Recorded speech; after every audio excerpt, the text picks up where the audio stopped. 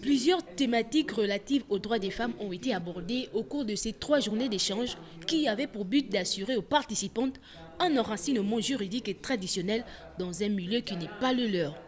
Le contrat de mariage, un projet ou un engagement, les projets de loi portant suppression et modification de certaines dispositions du Code civil et les droits à connaître avant d'entrer en mariage sont les thèmes ayant constitué la trame des échanges.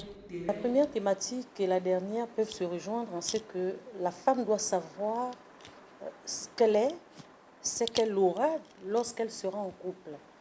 Et sur la modification de certaines dispositions, modification et suppression de certaines dispositions du Code civil, ça rentre également dans le cadre des connaissances à avoir a priori au cas où l'Assemblée nationale et le Sénat viendraient à adopter ce projet. Donc vous voyez que dans tous les cas, on tourne toujours autour des droits de la femme.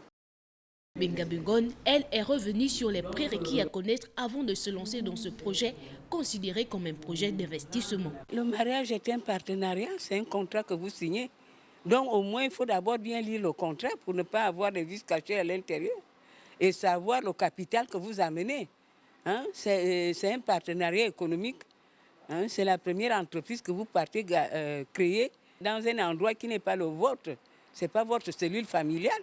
Donc vous avez le droit de connaître, hein? Donc d'investiguer d'abord ce qui se passe là-bas et voir votre capital et peser si vous êtes capable d'y entrer. De l'avis des experts, qu'il s'agisse du projet ou du contrat de mariage, la femme a l'obligation de connaissance de son statut en tant que sujet de droit.